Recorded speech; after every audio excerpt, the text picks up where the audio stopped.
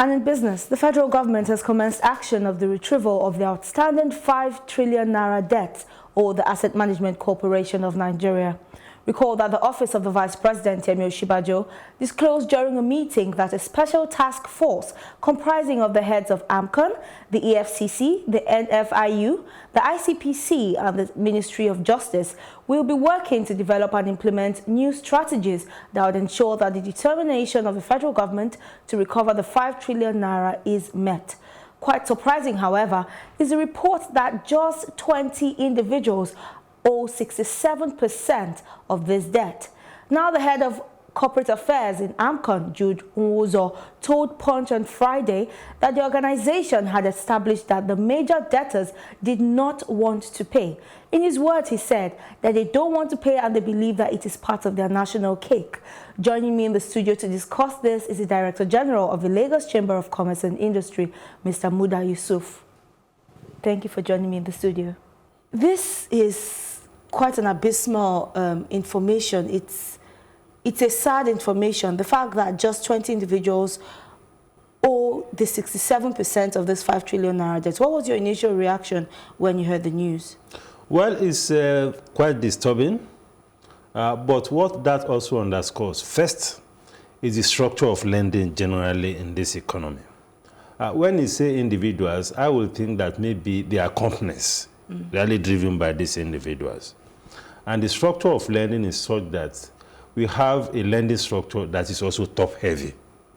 That is why generally SMEs, in terms of the totality of credit to the economy, accounts for maybe 10% or less, you know, which is why we have been talking about diversifying the lending portfolio of the banks, which is also one of the things that the central bank is trying to do.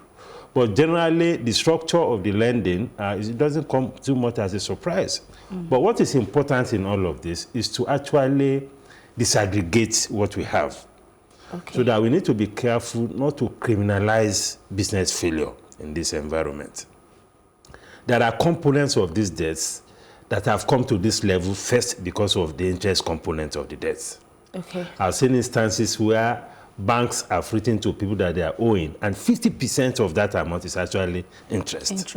So we have to worry about the issue of the high lending rate in this economy, so that we don't create a situation where it is becoming almost impossible to finance businesses with debt. Because debt financing in this environment is becoming increasingly very difficult. First, because of the high cost of lending. Second, because of the tenor of funds.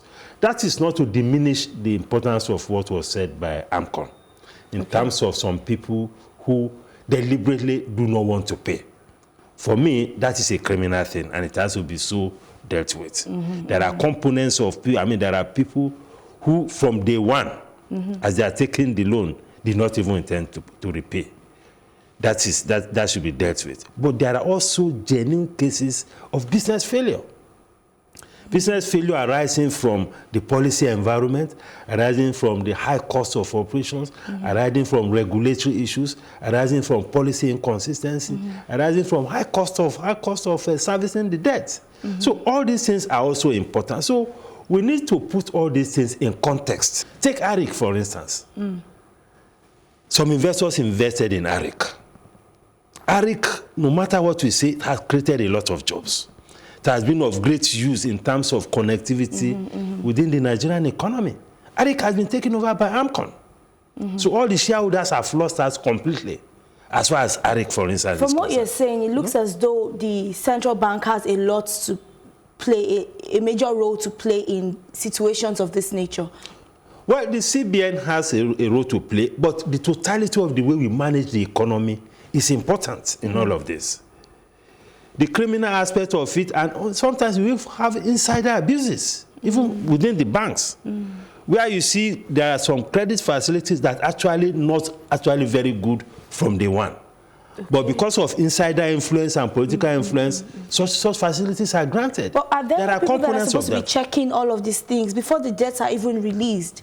Disbursed to businesses? Each bank has a credit committee.